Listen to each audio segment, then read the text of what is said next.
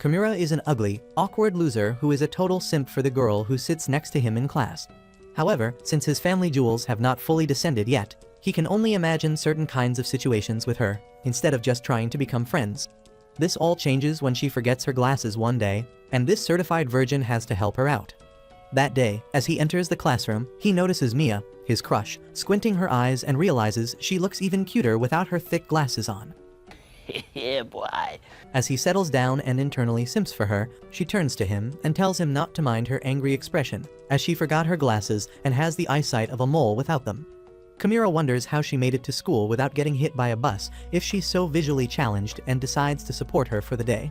Just then, she asks him to help her pick out her history book from her bag. But as soon as this virgin gets close to her, he seizes up as he has never been in a girl's personal space before, so instead, he hands her his book. Mia scoots closer to him so they can share, and Kimura's wimpy ass struggles to stay calm, breathing the same air as her. As the class begins, Mia struggles to read even with her eyes glued to the pages, and Kimura decides he'd worship the book once he gets home. It makes him happy that the girl who didn't even know he existed has gotten so close to him, at least physically, but he worries that she might forget about him once she can see again. Just then, she brings her face close to him again, and the virgin struggles to mentally prepare for what might just be his very first kiss. Keep dreaming. However, she just asks him his name, saying she doesn't want to forget him later. He tells her it's Kimura, and she immediately goes back to sleep. Sometime afterward, while he recalls how beautiful Mia's eyes are, Kimura finds her sitting near the lockers, making her signature squinty eyes at him. She asks who he is, and he explains it's the guy who was marinating in his pheromones while sitting next to her the whole day. She instantly recognizes him and explains her current problem is that her shoes feel a little too big around her feet. Kimura realizes she's wearing his shoes by accident and swears he'd never wash them again.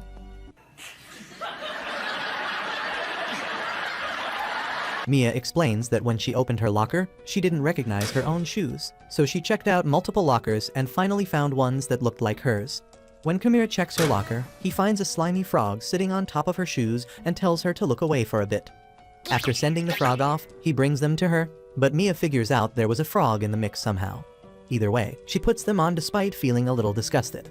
Meanwhile, Kimura feels a wave of pleasure when he puts his feet into his shoes, still warm from her precious feet being in there. He then volunteers to tie her shoelaces and Mia apologizes for causing him so much trouble, promising to repay him someday in the future. But Kimura is thinking she has already paid him with an exclusive view right up her skirt, but he keeps that to himself. Just then, she brings her face close to him, and while the wimp begins panicking, she says she doesn't want to forget his face. It turns out that Mia lives very close to the school, which explains why she hasn't died without her glasses yet. As Kimura thinks about it at night, he wishes that Mia would forget her glasses again. The next day, he finds her without her glasses again and realizes that the gods of plot development have heard his plea. Upon closer eavesdropping, he learns she accidentally stepped on her glasses and broke them, making him wonder if he's secretly a witch who cursed her. During PE class that day, Mia insists on playing dodgeball despite admitting she can't see anything, neither the ball nor her enemies. Kimura steps up his simp game and swears he'd stop all the balls directed at Mia. She hides behind him, but with her body snuggling against his, Kimura EXE stops working and he gets taken out first. Bruh. Later, as a Saitama ripoff teaches them physics, Kimura sees Mia is sleeping and vows to learn for the both of them. Suddenly, Saitama-sensei notices she's sleeping and begins yelling at her to wake up. Kimura tries to help her out by shaking her awake, but realizes his hand isn't ready to lose its virginity just yet. Eventually, he sacrifices himself and tells the teacher that Mia can't see very well, so she's just reading her textbook up close. The idiot buys it and leaves her be. Moments later, Mia finally wakes up and looks for her glasses before turning to Kimura and calling him Dad. Daddy? Please don't call him that. Being called Daddy turns him on, but when she ends up leaning on his shoulder, mumbling about how her dad is always mistakenly wearing her glasses, Kimura realizes his heart can't take it any longer.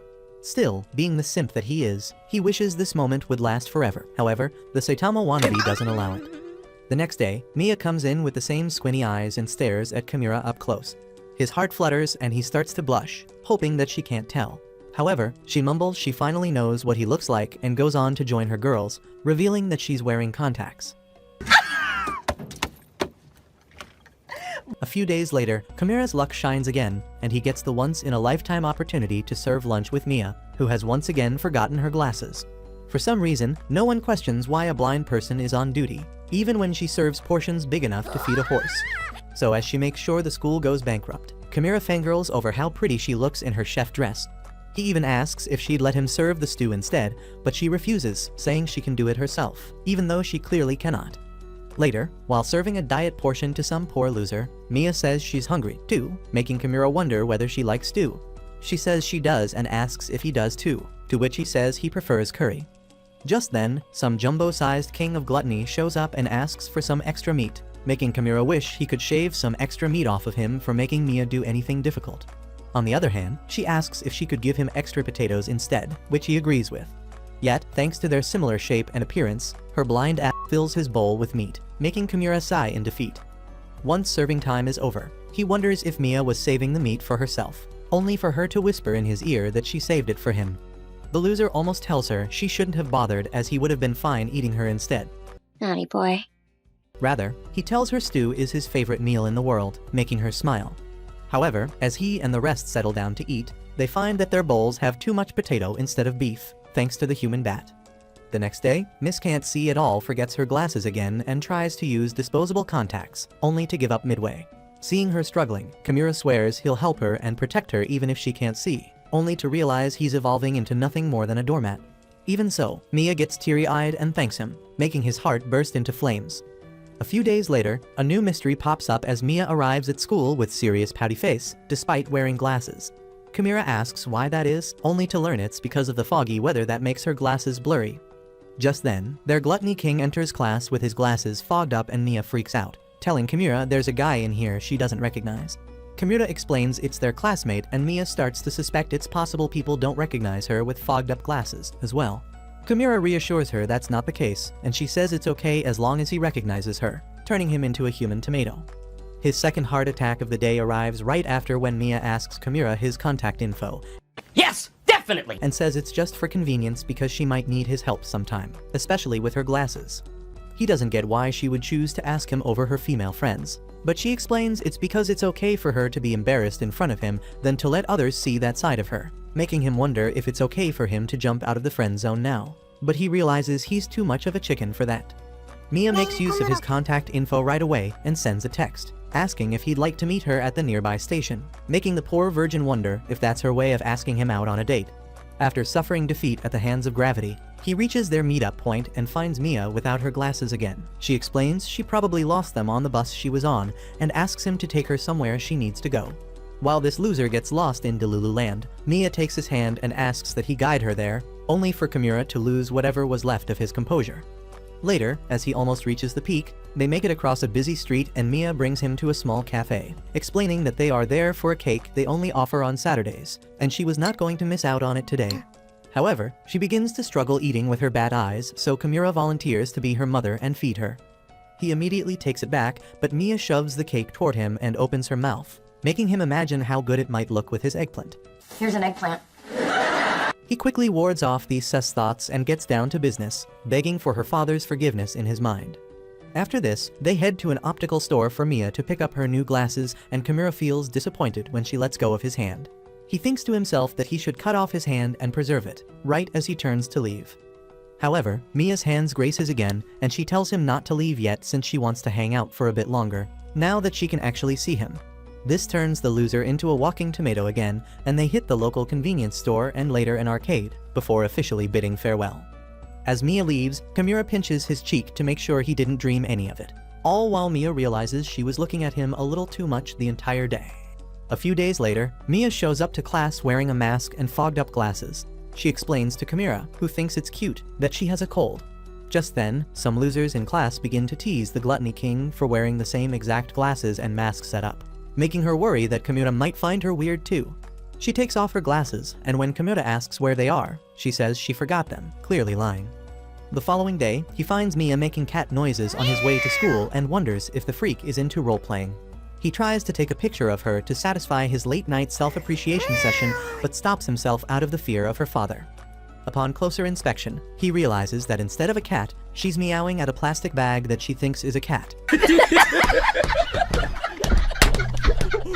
He fears that the others might make fun of her truly horrible eyesight and realizes it's time for him to use his ultimate weapon. He steps closer to her and makes cat noises to fool her into believing she was actually playing with a cat. However, his plan almost fails when she starts petting it. Using his hair as a replacement for cat fur, he lets her pet him instead, only for her to recognize him and ask if he saw a cat nearby. The flustered boy only meows in her face, all while the plastic bag makes a hasty getaway. A few days later, as he gets to class, Kimura finds the reigning Riz King Azuma helping Mia with her books while casually touching her hand. His jealous boyfriend Avatar springs into existence out of nowhere, but he quickly puts it back in its place by reminding himself he isn't worth a rat's ass to her. Just then, Mia thanks Azuma, addressing him by Kimura's name, making Mr. Simp blush like a madman. When Azuma tells her he isn't Kimura, Mia apologizes for being so frank with him, all while she worries about making a fool of herself. Meanwhile, Azuma glances at Kimura and gives him a weird smirk, throwing him off and causing him to miss what happened right in front of him. The next day, Mia's friend tells her she looks grumpy without her glasses, and she worries about her expression later in the restroom. When Kimura shows up to class, Mia glances at him with her eyes wide open, teleporting the poor guy to another dimension. However, as soon as she furrows her eyebrows again, he snaps back to reality. Mia rants about how she's trying to look like a normal person and not some annoyed munchkin, but Kimura doesn't hear a word she says, and from the school to his house, only imagines her Kermit eyes. The next day, for once, Mia doesn't forget her glasses and asks Kimura to play word chain with her. Initially, he goes easy on her, but then she asks him to be tougher on her however he likes because otherwise, she won't get better at it. Realizing she might have a bit of a submissive side turns him on, and he starts to play again, challenging her this time. That evening, as Kimura cleans up the class with Mia and some insignificant third wheels, an ever-dreaded cockroach shows up behind Mia, making the simp wonder how to save her. He calculates that if he outright warns her about it, she'd panic, so he asks her to come closer to him. The little masochist crosses all boundaries of friendship and gets all up in his face. And just when Kimura thinks he couldn't get any luckier, the luck goddess screams at the cockroach, making Mia jump into the Ultra Simp's arms, giving him a heart attack. Later that evening, as Kimura enters his class, the demented princess tells him she forgot her glasses again, all while her glasses rest on top of her head. I mean, how stupid can you be, nigga? When Kimura tells her about it, she reaches for them and knocks them off, gifting him an honor and opportunity without equal, the chance to touch them. However, as soon as he picks them up, he notices Mia making a pouty expression and wonders if it's because she's finally ready to kiss him, only to realize she wants him to put her glasses back on. This still proves to be equally stimulating for the virgin who turns into a red-hot mess afterwards. The next day, Mia's blind ass stumbles upon a love letter and has Kimura read off the name on it for her, only to realize it is addressed to the one and only Riz Lord, Azuma. He tells her the sender's name isn't written on it, and she takes it from him, heading straight into their classroom. This dumbass hands it to Azuma in front of their whole class,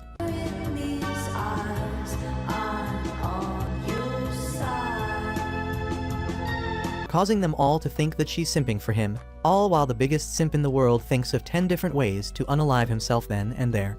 His will to live plummets even further when Mia's friends come over and ask her if she likes Azuma, and the blockhead says she does.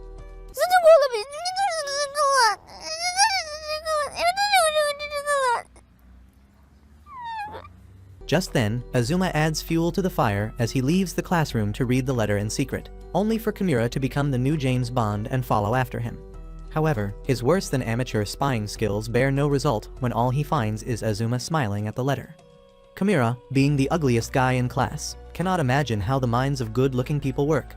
At the same time, he starts to wonder if Mia actually has the hots for the wannabe Timothy Chalamet, as it wouldn't be surprising given his popularity.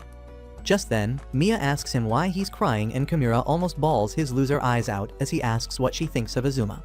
Mia doesn't get why everyone is asking the same question and says that even though she does like Mr. Popular, it would make more sense if people asked her if she likes Kimura instead, since she actually does. This gives the president of the Mia fan club the biggest shock of his life, but before he can savor it, the wannabe Prince Charming walks in like his biggest nightmare to give his reply to Mia's love letter. As always, the blind chick can't read it, so she asks Kimura to do it for her, and even Azuma supports it, making him question how the brains of hot guys work. He opens the fearsome letter only to read Kimura likes Mia too in it, and realizes Azuma was just messing with him all along. As the Rizzler returns to his seat, he tells their classmates Mia's letter was just a misunderstanding. Meanwhile, this wimpy loser tells Mia that Azuma merely thanked her for delivering the letter. That night, he curses the Lords of Romance for giving him the looks of a goblin and the heart of a chicken. The next day, they compensate for it by giving him a chance encounter with the chick of his dreams, and he finds her at a vending machine. This queen of blindness claims she can buy something warm to drink all by herself, but ends up getting bitter dark coffee instead. Since she has the taste buds of a toddler, she asks if Kimura can drink it instead, and the cultured loser immediately takes it, imagining what a blessing it'll be for his virgin lips. However, as he tries to drink from the same can, he chickens out as always and says he doesn't like coffee either. Man, you are one pathetic loser. The following day, Kimura channels the hidden Olympian in him and runs to school as he is late, only to come across Mia, who is running equally late. To his disappointment, she doesn't recognize him thanks to her not-so-20/20 vision and keeps running, all the way to the crosswalk. There, Kimura's cultured eyes notice her hiked-up skirt, and his even more cultured brain begins to imagine the treasures hidden underneath it. Just then, Mia mumbles about how messy her hair looks and worries what Kimura would think if he sees her like that. This makes his poor legs completely give out, and he ends up arriving late anyway. In gym class, Mia sprains her ankle while doing warm-up exercises, proving once again that she will never be the next Usain Bolt, and Azuma suggests Kimura take her to the infirmary. The latter wonders if he's so tragically single that the Riz Lord is trying to play Cupid for somebody as romantically pathetic as him. It actually starts to piss him off. Still, he can't stay pissed for long with Mia's entire body pressing against him as he helps her walk over to the infirmary. The equally cultured chick blushes and says she's nervous about her weight, but Kimura doesn't care if she weighs more than a hippo, since his love for her weighs even more.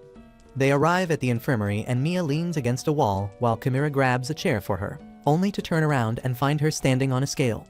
He accidentally mentions that she doesn't weigh much at all, and she tells him to wipe whatever he saw out of his memory immediately. The next day, Miss Shorty struggles to pull off a poster from the school board, so the wannabe Chad offers his help, only to quickly realize he should have drank more milk when he could. Oh! Somebody! Oh! He needs some milk! While he laments that, Azuma shows up and does the job effortlessly, making him wish that he was a little bit taller too. Mia hears this and tells him not to grow an inch, otherwise, she won't be able to look him in the eyes like she can right now. From this day on, Kimura begins praying to the deities of limited growth spurts. Later, everyone in class begins losing their mind over a heart-shaped cloud outside the window to the point that they even piss off the Saitama wannabe by secretly snapping photos. Kimura couldn't care less about it, but as soon as he notices Mia's curious expression, he had best take a picture of it too. That night, he sends it over in a text and successfully makes her happy. The next day, Mia unsurprisingly leaves her glasses somewhere in the school and Kimura makes it his life mission to find them. This unpaid detective comes across an irritating little chick with pigtails who has Mia's glasses and shamelessly plays around with them. Seeing her desecrate such a sacred national treasure pisses Kimura off, but it gets even worse when she makes him wear them instead. The weakling nearly faints and almost falls, but just catches himself while pushing the girl up against a wall. As she starts to yap about how she isn't ready to lose her V-card just yet, Mia shows up and pushes Kimura off of her in a fit of jealousy, all while the poor boy is still reeling from what all just happened. The next day, even though the demented princess doesn't forget her glasses, Kimura picks up her bad habit, and it's him who forgets his textbook instead. When he asks if she can share hers, Mia eagerly scoots closer and mentions how she never realized how close their faces are when they share their books, turning Kimura into a human tomato once again. A few days later, our slowly evolving Sigma scores a second date with Mia at the optician's office, and she explains he's here to help her choose a new pair of glasses. Kimura feels the weight of such an important decision, so as she tries frame after frame, his unimaginative ass calls each one of them cute while he curses himself for not bringing along a thesaurus. Mia doesn't seem to mind it, but the loser racks his brain over it and eventually comes clean, saying that he's going to be of no use at all because he likes just to be looking at her, no matter what she is wearing. This makes Mia blush, and she eventually buys her usual frame once again. However, the very next day, she reveals that she already broke the new pair too. Stop it. Get some help. Making Kimura realize he's going to need to find some shady side hustles if he truly plans to marry this one. A couple days later, as Kimura heads out to a local market to buy some ketchup, he finds that the whole town is decorated with Valentine's Day chocolates, and he can't help but imagine Mia giving him some. The delusional loser even says it out loud, and thanks to the laws of rom-coms, Mia pops up there and says she heard him. He completely ignores her when she asks what it is he wants from her. Instead of answering, he simps over her cute outfit and fantasizes about taking it off of her. He also worries about her forgetting her glasses yet again, but she claims she can deal with it, and instead asks about what he was saying he wants from her. The virgin realizes he would be essentially confessing his feelings if he tells her he wants chocolates and is convinced his sorry ass will get rejected. However, thanks to her bad eyes and the fact that she can't see the decorations, he breathes a sigh of relief and says he's here to buy ketchup. The two head to a store where the wimp frets over them looking like newlyweds, and Mia asks why a section looks like a grave to her, only for Kimura to realize it is in fact the grave of his dreams, a pile of Valentine's chocolates. He tries to keep her from it so she doesn't realize he wanted chocolates from her, but some free samples lure her towards it. He barely drags her away and sneakily grabs her hand in the process, only for Mia to call him a freak. She also notices his hands are warm, and she compares them to her cold ones, all while Kimura imagines warming her up. Mia mentions her hands will come in handy when making chocolates since she plans on doing so for Valentine's Day, and Kimura realizes he took her for a fool. The blind genius also joins the dots and deduces that what Kimura wants from her is chocolates, and the poor loser feels like dying. However, Mia says it's not a big deal since she is going to give some to her girlfriends. She can give him some too, convincing him that she doesn't even see him as a man. On D-Day, Kimura waits for his chocolates to arrive, reminding himself that friendship chocolates are good enough for a loser like him who has never received any chocolates before. Unfortunately, when Mia comes up to him to give him his share, she finds she has run out of chocolates, and Kimura realizes his single ass may have been cursed forever. He shrugs it off, reminding himself he's a tough guy. But after school, when Mia tells him to ask her to do whatever he wants in exchange for the chocolates, he realizes he isn't so tough after all. While he imagines all the R18 workout sessions he could be doing with her right now, he realizes it'll be wrong to do any of those without getting married first. So, he stands up and tries to confess his feelings, swearing he'd get them across even if she hates him afterwards, only to realize he's too much of a pansy to say it. So while he becomes mute to match her blind energy, Mia wonders if he needs to use the toilet. He shakes his head, asking her to wait until he's ready to say what he wants to, and she smiles, answering that she will. Just then, she finds a chocolate in her pocket and gives it to him, saying it was supposed to be her snack, but he can have it. Teary-eyed with happiness, he vows to confess his feelings next year for sure. A month later, Mia weighs herself and realizes she can't be eating chocolates anymore. The very next morning, Kimura fiddles with a chocolate box, which he plans to give her in exchange for the Valentine's chocolate. But when Mia arrives, she looks half dead from skipping her morning cocoa and explains that after eating all the chocolates she received on Valentine's Day, she is one bite away from turning into Winnie the Pooh herself. She asks Kimura to hold her accountable and stop her if she's on the verge of stuffing her mouth, and he agrees. Just then, his worst nightmare, Azuma the Rizzler, shows up with a bag of cookies and hands it to Mia in exchange for her chocolates. She tries to stop herself from eating them, but gives up after only 10 seconds, only for Kimura to step in and remind her about her diet plan. A moment later, the jumbo-sized loser shows up and gives her another bag of chocolates, after which, she purposefully begins to tease herself with the chocolates. Being the biggest simp in the world, Kimura finds it cute. However, he realizes it's time for tough love, and tells her he can hold on to the chocolates for her if it's hard to abstain. That's when Mia completely gives up and almost eats the cookies Azuma gave her, only for Kimura's jealousy switch to turn on. He stops her and tells her if she's going to eat something, she should eat him, or at least the chocolates he brought her. She gladly accepts the suggestion and satisfies her cravings, all while Kimura curses himself for being a wimp. A few days later, he finds Mia struggling to read a point card since she forgot her glasses once again. Kimura asks if she's going to post it to win her favorite cake for free, and she says today is the last day, so she has to. He calculates that the nearest post office is quite far from their school and worries that without her glasses, Mia might get lost, so he offers to take her there, and she accepts it. Just then, his third wheeling friends call him up and tell him about a new arcade they'll be hitting after school, and Kimura's weeb ass gets instantly excited over it. However, he quickly recalls his commitment to Mia and turns them down. She overhears this and later tells him she can go on her own since she's actually wearing contacts, which Kimura knows she clearly isn't. It doesn't take long for her lie to get exposed when in the next class, their teacher asks Mia to read a passage from their book. She does it flawlessly at first, until a difficult word shows up and Kimura waits for her to mispronounce it. However, since she fears that he might miss out on having fun with his friends while babysitting her, she coughs and skips over it, and surprisingly, the teacher lets it go.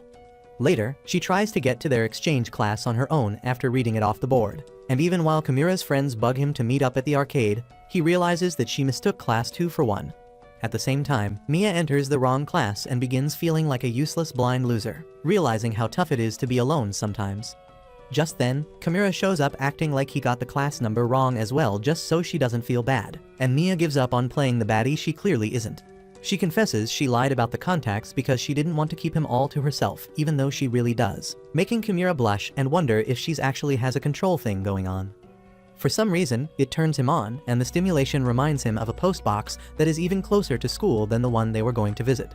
After he accompanies her there, Mia thanks him and leaves, all while Kimura admits he wants to keep her all to himself too. A few days later, while the certified simp worries about his backache and wonders how he'd clap Mia if he's already getting older, he finds Mia standing in the assembly hall crowd and is happy they'll be in the same class for another year. Just then, the announcer begins handing out perfect attendance awards and calls both of them up on the stage. As she passes by some ugly losers from another class, Kimura overhears them trash-talking Mia and mentioning how scary she looks. That's when it hits him that her reputation might be in danger if the principal thinks she's rude too. So he suggests that she relieve her tension by pressing a shiatsu point on her palms. She tells him to press her palms himself as she can't see shit. He gladly gets down to it and imagines how squishy her other body parts must be when even her palms are so soft. He's snapped out of his not-so-child-friendly thoughts when Mia begins to chuckle, saying how much it tickles, and Kimura's heart just flies right out of the room. However, he is snapped back to reality as he gets called up to the stage to accept his award, all while recalling how beautiful his year has been with Mia by his side. Sometime later, they all pick up their new seating assignments in class and Kimura prays to 4 different gods that he gets to sit next to Mia again.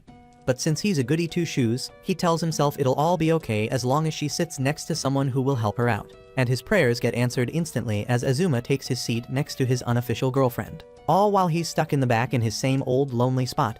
A new girl sits next to him, but he doesn't pay any heed to her whatsoever. Meanwhile, Mia asks Azuma where Kimura is, and she glances back at him, and he fumes over Azuma acting like a Chad in his absence. Just then, Mia's friend comes up and says she's in the wrong seat, so Azuma helps her read her actual number while casually holding her hand. This pisses off the constipated simp at the back who wonders if he cleansed himself before touching his beloved Mia. The girl next to him becomes worried he might be possessed, so she offers him some holy water, which he completely ignores.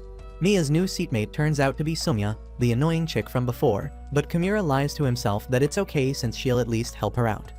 Just then, Mia glances back at him and the dude gets so nervous he finally pays attention to the new girl and introduces himself. Mia wonders if he's cheating on her but shrugs it off, all while the new girl becomes convinced Kimura has some serious case of brain damage. Eventually, she gets tired of the weird vibe and walks up to Mia, asking if she can switch with her so Kimura doesn't end up breaking his neck. Mia instantly agrees and moves back into her old seat, explaining it's better for her to sit here because 1, she can easily doze off, and 2, she won't be caught glancing back at him every 2 minutes. Hearing this gives Kimura a heart attack and he begins to wonder if he needs to get his hearing checked. A few days later, Mia and Kimura draw sketches of each other during art class, and the human mole apologizes for forgetting her glasses again. However, the simp doesn't care since he's too busy planning what kind of frame he'll use to put up Mia's sketch on his bedroom door. Suddenly, he finds his temperature and something else rising as Mia stands in front of his face, saying she can't see him without her glasses, but can't draw if she's standing up. Eventually, she says she'll just draw him from her memory, and after she does, Kimura becomes the happiest person in the world and swears it's the sketch they will use at his funeral. The next day, as Mia washes her hands in the restroom, Samya gets all up in her face and tells Mia she has very long lashes and nice skin, which she can clearly see with how close they are as Mia tries to see her face. The next time she sees Kimura and gets close enough to see his face, she's reminded of how uncomfortable Samya made her feel and backs off, leaving the poor boy flustered. However, she returns to normal soon enough. The next day, Kimura runs home with barely controlled excitement, revealing that he has finally brought Mia home in the form of her glasses. He recalls how she accidentally left them at school, and he discovered them when he returned to the class, dead last as always. After getting flustered over whether or not he was allowed to touch them, he sent a text to Mia asking what he should do with them, and she told him to leave them in her desk. The Sigma worried that they might magically walk away over the weekend and wondered if he should take them home with him. Mia agreed and thanked him, which brings him to the present as his cultured side resurfaces and he basks in her aura as it starts to fill his room. He shakes off the evil and places the sacred treasure carefully on his shelf while he himself gets down to study. However, only moments later, he begins imagining Mia in his room asking him to clap her and gives up, realizing how big of a mistake he has made. To alleviate the situation, he grabs some tissues and exercises himself before moving on to the glasses. The moment he touches them, Mia pops up in his head and he curses himself for being such a freak deep down.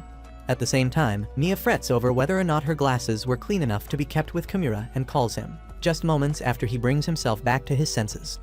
She thanks him for taking care of her glasses and wonders if they are being a good girl to him, and her aura begins to take over again. She further mentions how it's almost like she's visiting his place in the form of her glasses, and the ghost he fought so hard to exorcise pops right back up again. That night, as he struggles to keep his third leg calm and collected, Mia returns, asking if he'd like to clap her, making him give up on life itself. A few days later, the Queen of Dementia forgets her glasses again, and while trying to get a better look at Kimura's face, trips and falls on top of him. He sends high praises to the heavens above, but his happiness proves to be short-lived as Mia goes on and on about how she bumped her forehead with someone once, and almost kissed someone another time, thanks to her bad habit. As his smile slowly turns into a frown, Mia realizes what she just said and clarifies that it was with her dad when she was a toddler. As she returns to her seat, completely embarrassed, she asks him not to think she's a bad person, and Kimura wonders if she isn't just a sadist, but a complete freak too. The next day, her friend Asuka comments on Mia's bedhead, and although she says it's cute, the blind chick doesn't believe her. Kimura finds it totally cute, but doesn't say it out loud even though he wants to. He knows how thirsty that will sound. Just then, Mia asks what he thinks about her hair, and as soon as he says it looks okay, Mia quits fretting, making Kimura wonder if he's actually dreaming. Later, as it starts raining, Kimura's shoulders hurt from carrying the weight of his own delusions, and Mia offers to give him a shoulder massage. His virgin soul leaves his body, but when she begs him, he gives up and lets her do whatever she pleases.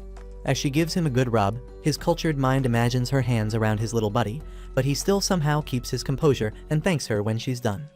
Later, she writes it down in her diary next to all the things she can do to make him happy, and Kimura wishes she would just write being by his side, as that is enough for him. The next day, Kimura falls asleep as soon as the classes are over, and Mia tries to wake him up. When she can't do it, she settles in front of him and begins to touch his arms, eventually intertwining her fingers with his. That's when Kimura wakes up in his human tomato mode and startles her. Mia apologizes for taking such liberties and offers herself in restitution for her crimes, but the Eternal Virgin turns her down. The next day, it rains once again, and Kimura meets Mia on his way to school. She whines about how she forgot her glasses again, but claims she can see things clearly even in the rain, only for her to step in a giant puddle seconds later and arrive at school half soaked in rainwater. Once in her seat, she asks Kimura to look the other way while she takes off her socks, making squishy noises that trigger sus images in Kimura's cultured mind.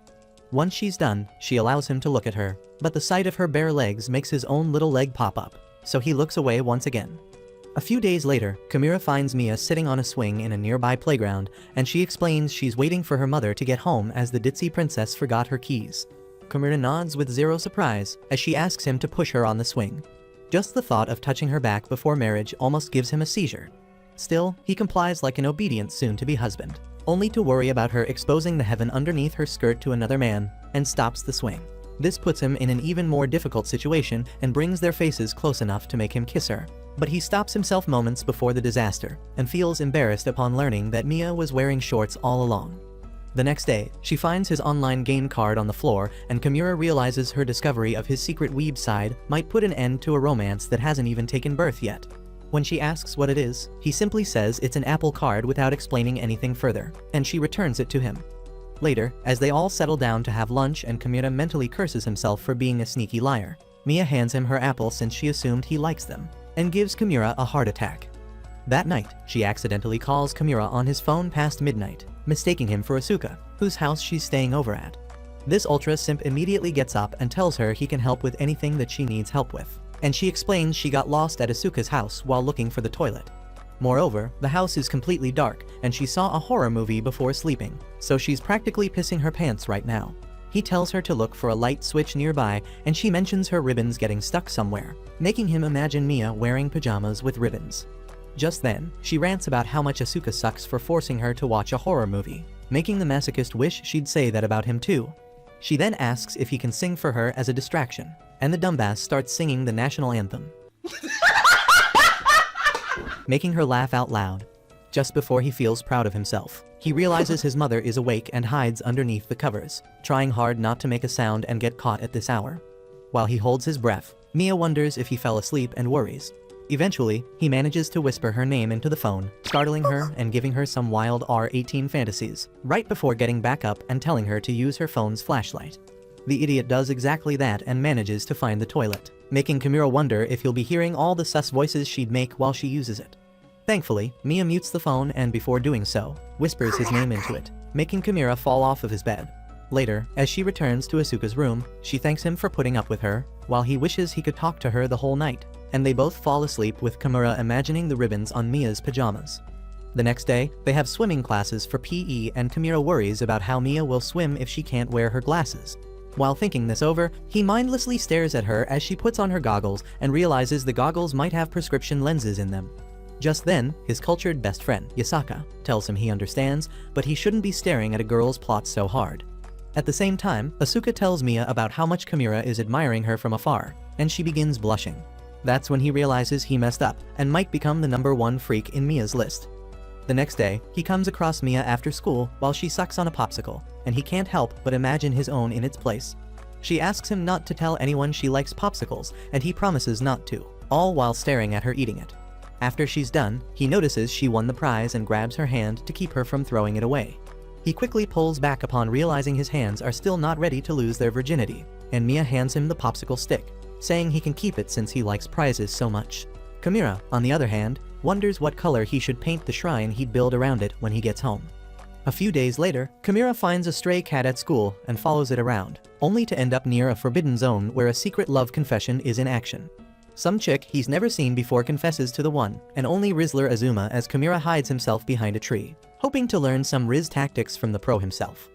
Just then, Mia wanders to the same place looking for the same cat, making cute cat poses that turn him on and make him question if she's into role-playing too. However, what worries him even more is her interrupting his unpaid mentorship scenario that he stumbled upon, so he sends the cat in her direction. Mia's blind ass doesn't see it until it touches her legs, making Kimura wish he was a cat too.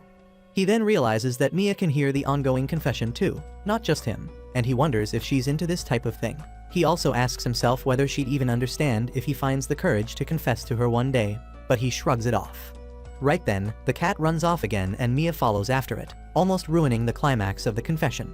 However, Kimura saves the day as he pulls her toward himself and enjoys some moments of pure bliss, and Mia finally realizes what she almost did. She apologizes and Kimura thinks that she does understand romance, which gives him the courage to confess one day, but not right now. A few days later, as their school trip gets closer, Kimura's buddies discuss how to spend it together, but quickly notice his attention is elsewhere. Yasaka tells him to go and join Mia's group if he's going to half-act their entire trip and worry about her glasses more than himself. Kimura tries to play it cool, but his buddies tell him he is so obvious he can't hide it anymore. Eventually, Mr. Simp admits to himself he's worried about Mia getting run over thanks to her Superman vision, and him spending the rest of his life like some sorry widower. That's when Yasaka suggests that since the maximum number of people per group is 6, they should join Mia's group. Meanwhile, Mia's 4 eyes stare at Kimura just the same, all while her friends lecture her on not forgetting her glasses. She claims she'll keep a spare one this time and definitely won't show up half-blind. But her friends don't listen to that and tease her about Kimura, wondering if she'd like to ask him to join them. Mia admits she wants to invite him, only for the wannabe Romeo to show up just then with his low-budget sidekicks. Upon seeing him, Asuka begins yapping about how forgetful Mia tends to be on trips, along with being a careless spender, and says she needs somebody like Kimura to babysit her. Mia gets embarrassed and tells him he doesn't need to if he doesn't want to, but Kimura says he'd be glad to clean up after her, because that's what simps are for. Later, Kimura tells Mia he joined her group because he wanted to enjoy the trip with her, which makes her smile and say she wants the same thing. That night, after packing her spare glasses in her bag, Mia lies down, only to picture Kimura's face and struggle to sleep in the end. The next day, Kimura barely gets to school on time after oversleeping from fantasizing too much about Mia, and asks where she is. She gets there just then and reveals she broke her glasses on the way here, but reassures everyone she still has her spare pair. When the group gets on the bus, Kimura's pheromones start betraying him again, which only gets worse when Mia tells him she's looking forward to the trip, but all he hears is that she wants to elope with him. Just then, Asuka begins oversharing how Mia once bought a pair of non-prescription glasses just because she thought they were cute, as she tells Kimura to keep an eye on her wallet. At the same time, Mia puts on her legendary spare glasses only to realize she brought the fake pair, but she pretends as if she can see so she doesn't worry anyone. This doesn't go unnoticed by Kimura though, as he's a master stalker dedicated solely to Mia's facial expressions. He totally knows she can't see a thing while they are in the museum, and she struggles to write her report, making him wonder how he should be of service to her. Just then, Mia's blind ass trips and falls, only for Kimura to save her and win an exclusive touch of her mini melons. As he blushes while wondering why the Lords of Luck are being so kind to him today, he catches sight of smaller models of the exhibitions and tells Mia they might be easier for her to see. She realizes he has known about her glasses from the beginning and apologizes for being an annoying, useless ditz, only for Kimura to tell her he likes it when she relies on him. And as he curses his ancestors for giving him a big mouth, Mia only glances at him, thanks him, then tells him to get lost. Karma doesn't take too long to strike back, however, and Mia gets lost on her way to regroup with her schoolmates. As she settles down under a canopy somewhere, Kimura finds her, only for her to break down in tears and mention how she doesn't want to trouble him any longer. Kimura panics and tells her it's no trouble at all, but realizes his words won't reach her for now, so he lets her cry her heart out first. After that, he tells her that every single day, he wishes that she would forget her glasses because he likes it when she relies on him. This finally gets her to stop crying, all while Kimura worries that he may have gone too far with his over-the-top neediness. And even worse, after his little dramatic speech, all she did was ignore him. But then he's proven completely wrong, when she suddenly grabs his hand on the bus and tells him he's way too kind for liking all the worst of her. She also confesses that it made her happy, despite what he may believe, and the simp feels relieved that she at least doesn't hate him. The next day, Mia replays all these events in her mind and despite loving the princess treatment she receives from Kimura, vows to solve her issues herself. Since she forgot her glasses yet again, she starts by using disposable contacts for the day, despite them feeling gross and uncomfortable. That's when Kimura arrives and apologizes for acting like a total weirdo yesterday, but she tells him it's okay and that she's wearing contacts today so she doesn't have to trouble him anymore. This makes him completely quiet, and even though he tells her everything is fine, Mia smells that something is fishy. Later, as she hangs out with her friends, they tell her it's okay to depend on Kimura, as he seems like a masochist who likes to act like her personal assistant. Just then, Asuka receives a message from Yosaka on her phone and begins to blush like some lovesick idiot, making Mia wonder when was it that they got so close. As she leaves to answer him, her other friend turns into an annoying fangirl and celebrates Asuka's first love. Mia doesn't get it at first, so she explains how her love differs from the love friends feel for each other, and is in some way special. Mia still has a hard time wrapping her empty head around it, but before she can take it all in, she comes across Kimura again. He asks if her contacts are treating her well, but she finally admits that she prefers his help over wearing them. While he still hasn't swallowed these words, she attacks him by suddenly touching his face and mentioning how happy he looks all of a sudden.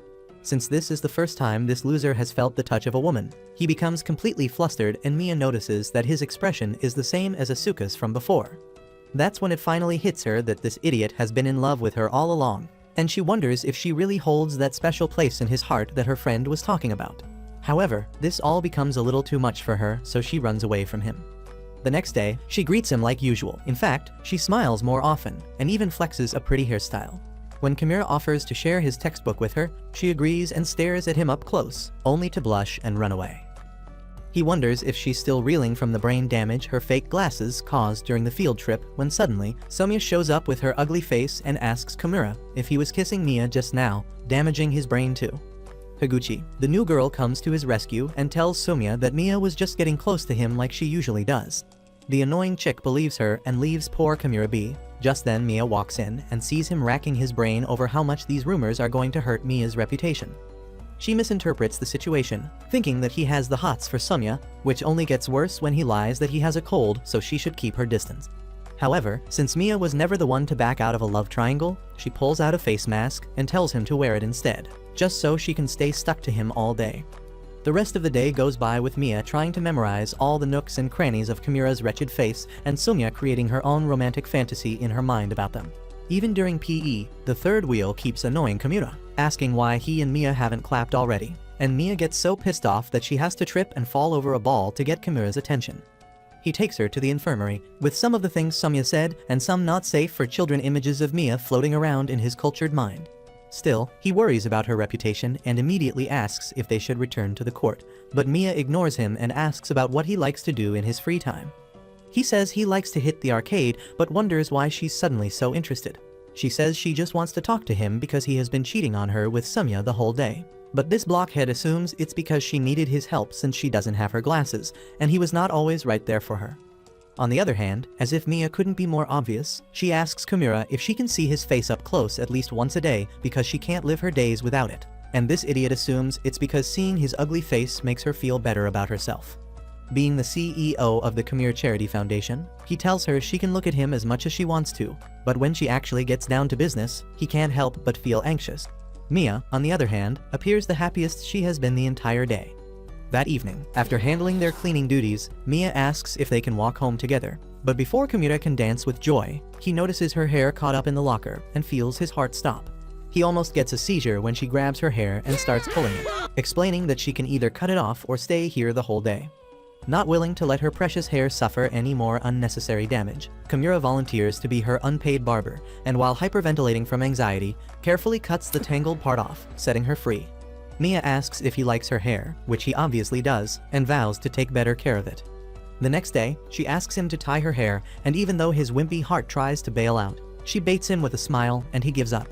After he tests his only talent on her other than simping, Mia says she loves the hairstyle and wishes he could do her hair every morning. Kimura freezes and assumes he's still hallucinating from the effects of touching her hair, only to find her smiling sheepishly. A few days later, as Kimura prepares signs for the upcoming cultural festival, Mia shows up with her face and fingers stained in ink. Kimura chuckles and offers her some tissues to wipe it off, while Mia asks if he'll be taking his break anytime soon.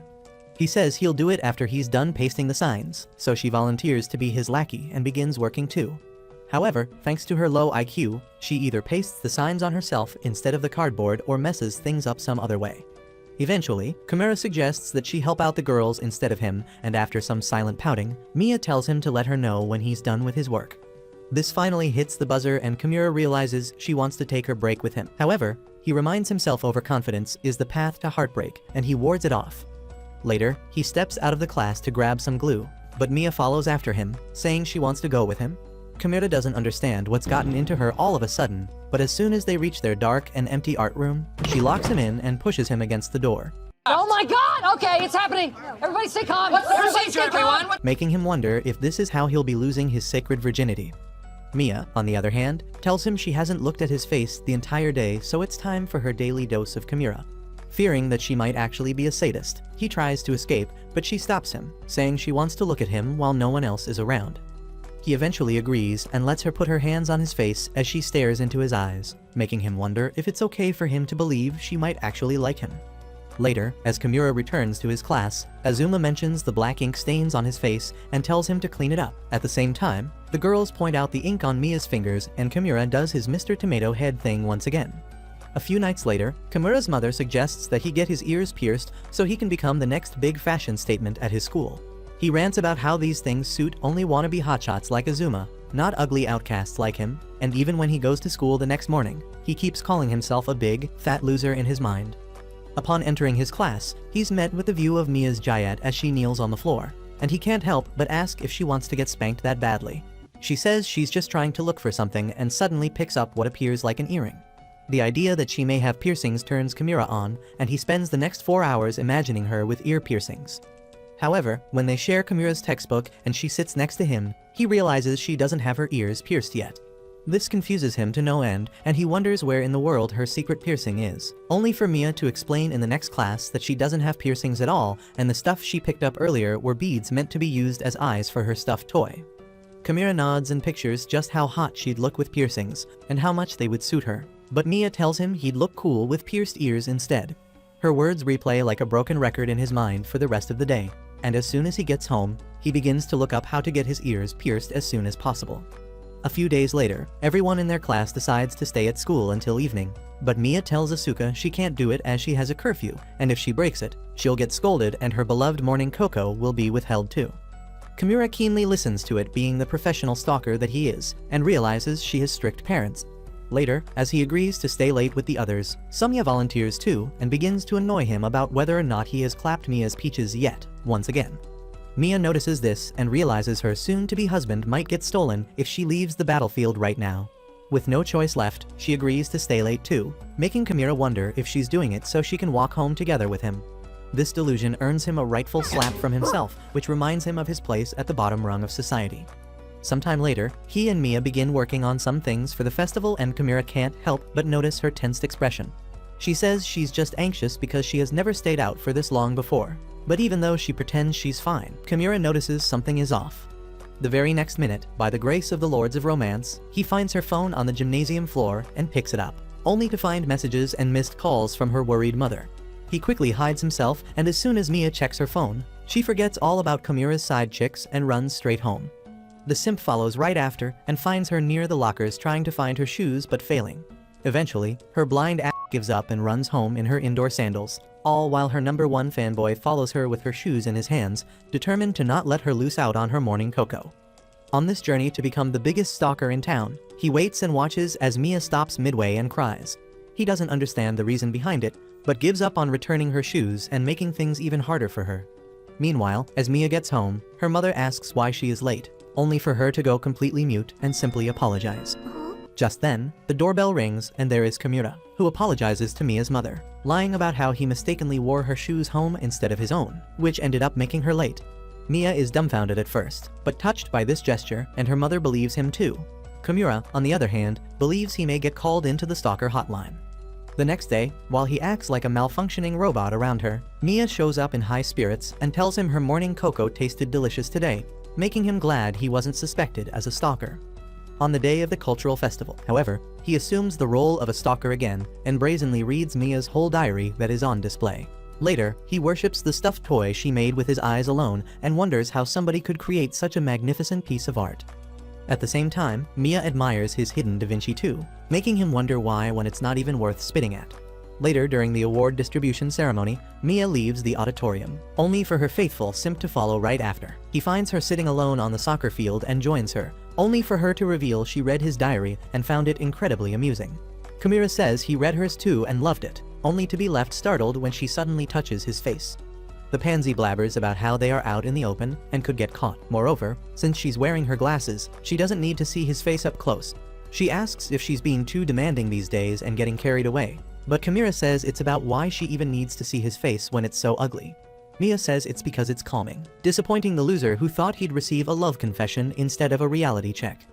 However, since he's come too far to back down, Kamura tells Mia he wants to look at her face too, and surprisingly, she instantly agrees.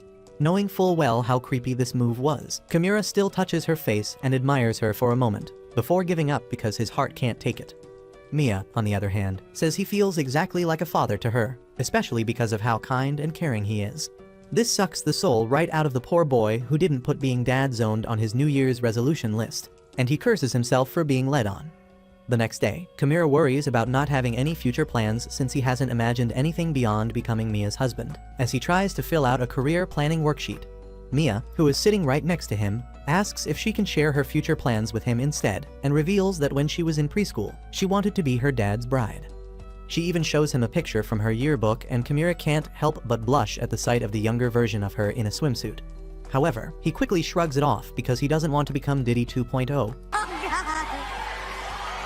And asks Mia if she still wants to marry her dad. She gets embarrassed and says she still wants to get married, but not to her dad, disappointing poor Kamura, who was thinking being dad-zoned had its own perks.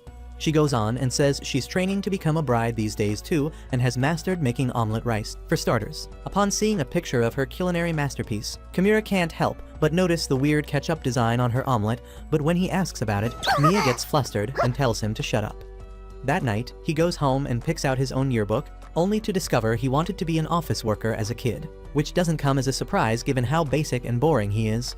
Just then, his mother calls him for dinner, and to his delight, he finds she has made omelet rice for him today.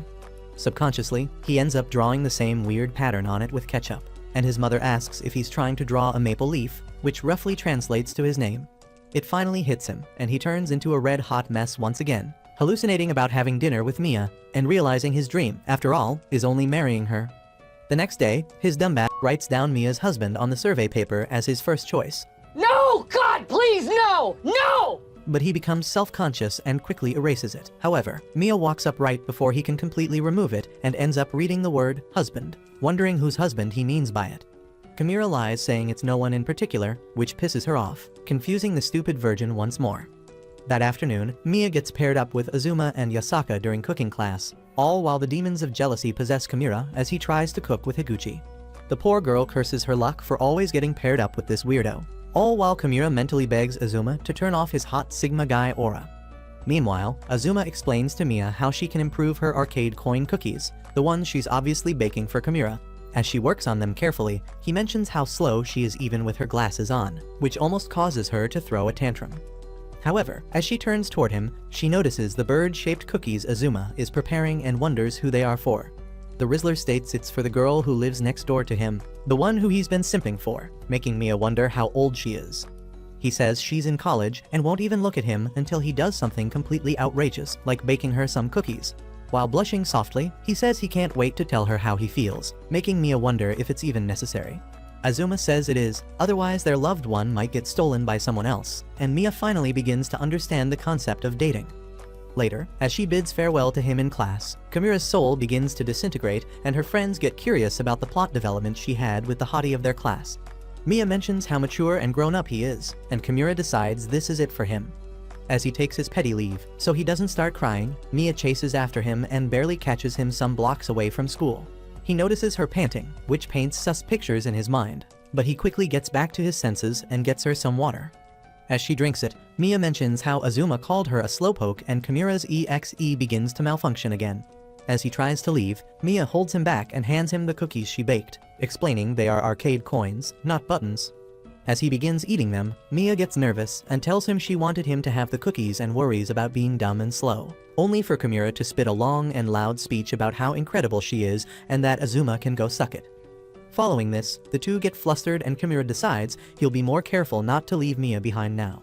That night, he has R18 visions of Mia in her swimsuit and he clears his mind by looking at his own childhood pictures, half of which are a disaster. The next day, he realizes that he brought one to school and Mia manages to get her hands on it. However, since she's forgotten her glasses yet again, her bad eyes have a hard time making the photo out. As she pulls the photograph closer and closer to her face, she accidentally kisses it, which, according to Kimura, turns it into a national treasure. Later on, Mia asks if they can walk home together and brings him to a nearby park. From there, she returns home to grab her glasses while Kimura waits for her by the bars, wondering if this is their unofficial second date. He cools his mind by trying to ride the bars since he can't ride Mia just yet, only to fall flat on his back. Just then, the girl returns with her corrected vision and asks if she can see his childhood photograph now. Kimura lets himself believe she might actually think of him as her special someone and goes to take the photo out, only to realize he left it at school because he felt unworthy to handle something blessed by her in that way. He apologizes to Mia, and she says it's okay as long as he shows it to her tomorrow. She then asks why he fell in the photo, only to learn he was trying to do a backflip. Excited, she asks him to try doing it now, but when the loser tries, he falls flat on his rear once again. Summoning all the sports gods in existence, he tries once again and successfully makes it this time, while Mia cheers him on, filming him. She then runs up to him and takes a photo of them together, asking him not to show it to anyone else and making this Einstein wonder why she's acting like she loves him all of a sudden. Just as he racks his brain, Mia tries a backflip too, only to fail. But it is an utter success for Kimura, who gets a lovely display of the plots underneath her skirt, to the point that his nose springs a leak. The next day, Mia brings her fake glasses once again and asks Kimura to wear them. Initially, he refuses to play with something so sacred, but eventually gives in to her. As he puts them on, she tells him to take a picture and send it to her as she can't see well with her practically blind eyes. But he refuses since he doesn't want his camera lens to break from exposure to excessive ugliness. Mia, on the other hand, sighs and takes out her glasses case, only to discover she accidentally brought her original specs, much to her delight. She immediately puts them on and begins her daily Kimura viewing ritual. Later, as they share textbooks again, Kimura simps after her hair and wonders how it is so soft. His patience gets tested soon enough as her wannabe hairstylist friend tries a new style on her hair, and Kimura's inner kinky freak begins to fangirl over it. However, he doesn't say a word out loud, even when Mia waits for him to do so. Even during swimming classes, she tries to keep her hair from turning into a mess, but the loser doesn't get it and keeps staring at her from afar, imagining cultured scenarios as he watches her water-soaked figure. During lunch break, a rice grain gets stuck to Mia's hair, and when he mentions it to her, she initially gets excited that he might finally compliment her. But the pansy fumbles in the moment as he doesn't want the word creep added on to his already lengthy rap sheet. However, Mia gets pissed off and undoes her hair, making him wish she would tie it up once again. Later in class, she sleeps on his desk with her damp hair undone, and after he's done admiring it, he finally slides his notebook out from underneath, only to find it soaked through. Mia feels embarrassed and begins to put her hair back up, only for Kimura to mention her hairstylist friend, implying that he'd rather she does her hair again. After she returns with the same hairstyle, Kimura blushes and looks away while she smiles, knowing he likes it even if he can't bring himself to say so. That day, as they walk home together, Mia asks Kimura a bunch of things about himself, like what kind of fish he likes and which positions are his favorite. All while the idiot with no self-esteem deduces she's only going home with him because she likely has no better options. After they bid farewell, Kimura switches up from wannabe sweet boyfriend to possessive stalker again and finds Mia talking with some random guy on the streets. He introduces himself as Issei, a guy she knew in elementary school, and after noticing his blushing face around her, Kimura takes his leave, assuming Mia already had somebody to clap while he was playing his role as her dad-like friend. The next day, as he shares his textbook with Mia again, Kimura wonders if, one day, Mia stops forgetting her glasses, will she forget about him too? All while Mia tries to recall Issei's face from her demented memory. A little while later, she tells Kimura that Issei used to tease her about her glasses back in elementary school and mentions he was the exact opposite of him. It only makes his paranoia worse as he begins imagining the day she'd stop forgetting her glasses, and he'll turn into the insignificant background character he always has been. That afternoon, on their way back from school, they stop by the local park once again, but since Mia didn't make the same wardrobe selection as last time, she decides that slides might be a better choice than doing backflips on the bars. She climbs right up in there and tells Kimura to follow after, saying how he will fit right in given his shrimp-like size. It is yet another blow to his self-esteem, but he quickly recovers as Mia touches his face and begins her face-viewing ritual. After a few minutes of making him feel hot, she tells him to touch her face too, and he complies, wondering if this is what friends are supposed to be like. It also makes him realize he won't be satisfied with just looking into her eyes like he previously thought. Suddenly, he pulls away and Mia pulls out her phone for them to look again at their photo together.